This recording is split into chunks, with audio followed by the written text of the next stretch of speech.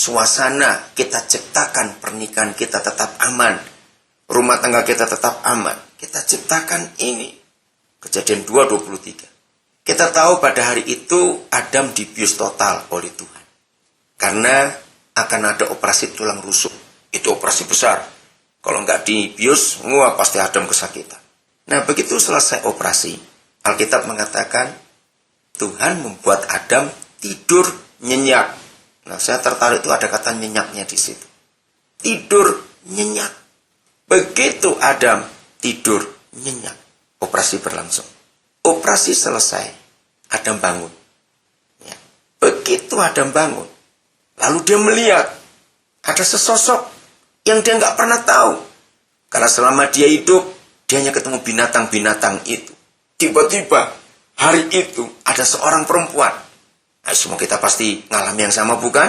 Kalau seumur hidup kita sendirian, tiba-tiba muncul seseorang. Lalu ayat 23 berkata begini. Lalu berkatalah manusia itu, Adam itu, inilah dia, tulang dari tulangku dan daging dari dagingku. Ia akan dinamai perempuan, sebab ia diambil dari laki-laki. Nah pendengar yang terkasih, lihat kata inilah dia. Saya percaya siapapun kita setuju, kalimat inilah dia, itu menunjukkan sebuah surprise, kekaguman. Wow, begitu. Sesuatu yang menarik sekali. Karena kata inilah dia. Jadi semangat. Nah ternyata begini. Ukuran pernikahan kita masih aman atau tidak. Saya kagum kepada ayat di surga yang luar biasa. Jadi sesekali suami-suami, kita harus bangun lebih dulu daripada istri kita. Kenapa? Karena waktu kita bangun, ini kan Adam baru bangun. Karena baru dibius total. Begitu dia melek, lihat perempuan itu, wah langsung surprise, inilah dia. Kagum dia. Wah, dia bergairah betul. Suami, mari kita jujur pada diri kita sendiri. Semua kita yang bangun tidur itu kan masih asli. Semuanya masih asli karena kita belum apa-apa. Nah, waktu kita sebagai suami bangun lebih dulu dan melihat istri kita masih tertidur. Jujur ya, jujur. Ayo kita buat perjanjian ini suami istri. Begitu dia tidur, masih tidur dan kita sudah bangun. Reaksi pertama kita melihat istri kita masih tidur. Jujur ya, itu apa? Maaf, saya cuma memberikan ilustrasi saja. Berapa banyak suami yang sudah nggak bisa mengagumi istrinya lagi. Tapi berkata, kenapa istri tetangga lebih cantik? Wah, celaka sekali kita. Kalau sampai di pernikahan kita nggak pernah kagum pada istri kita, tapi pada istri orang lain. Maaf, ini cuma ilustrasi saja. Apalagi kalau sampai jengkel melihat dia. Misalnya, banyak suami sekarang itu nggak mau istrinya gemuk. Oh, saya marah sekali nih pada suami-suami. Kalau istri nggak mau gemuk, dengar para suami, hormon laki dan hormon perempuan itu beda. Saya nggak tahu kenapa Tuhan ciptakan begitu. Kalau saudara mau berdebat, tanya Tuhan sendiri. Tapi kenyataannya, hormon perempuan itu jauh lebih cepat gemuknya daripada hormon laki-laki. Apalagi kalau seorang perempuan sudah pernah melahirkan. Untuk kembali langsing itu susah. Jadi kalau ada suami-suami nggak mau istrinya gemuk, saya bilang istri laporkan dia pada saya. Nanti saya doakan dia supaya dia yang hamil, supaya tahu rasa. Karena itu kodrat. Maka itu kalau suami bangun duluan, lihat istrinya tambah gemuk, terus dia jengkel, awas. Rumah tangga kita sedang dalam masalah besar. Jadi ayat ini adalah ukurannya. Bagaimana kita bisa menjaga keluarga kita tetap utuh. Hai kepala, itulah kita para suami. Kagumi istri kita. Bagaimanapun keadaan. Saya akan akhiri dengan pemikiran ini. Pendengar yang terkasih, satu-satunya hukum pernikahan di dunia ini. Karena semua agama, semua negara punya hukum pernikahan.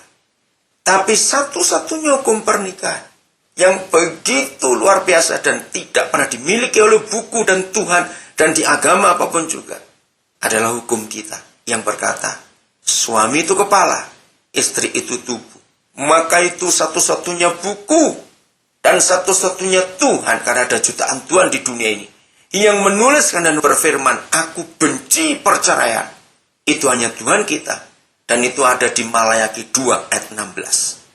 Lagi sekali Malayaki 2:16. Yahweh berfirman, aku benci perceraian. Bukan cuma enggak suka, benci. Mengapa dia benci perceraian? Begini suami istri. Kalau tubuh dia enggak suka kepalanya, artinya istri enggak suka suaminya. Maka kalau bercerai, berarti tubuh sedang potong kepalanya sendiri. Pasti mati. Begitu pula suami. Kalau dia benci tubuhnya, yaitu istrinya, dia buang tubuhnya, dia kawin lagi, dia mati. Jadi orang yang bercerai itu orang bunuh diri, pendengar yang terkasih. Karena kita kepala dengan tubuh. Nah, mari kita lihat. Saya akan pakai beberapa contoh.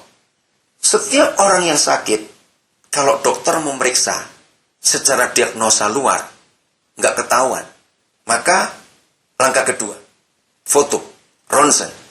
Kenapa ini? Nggak ketahuan juga. Dokter kan bilang, periksa darah, lengkap.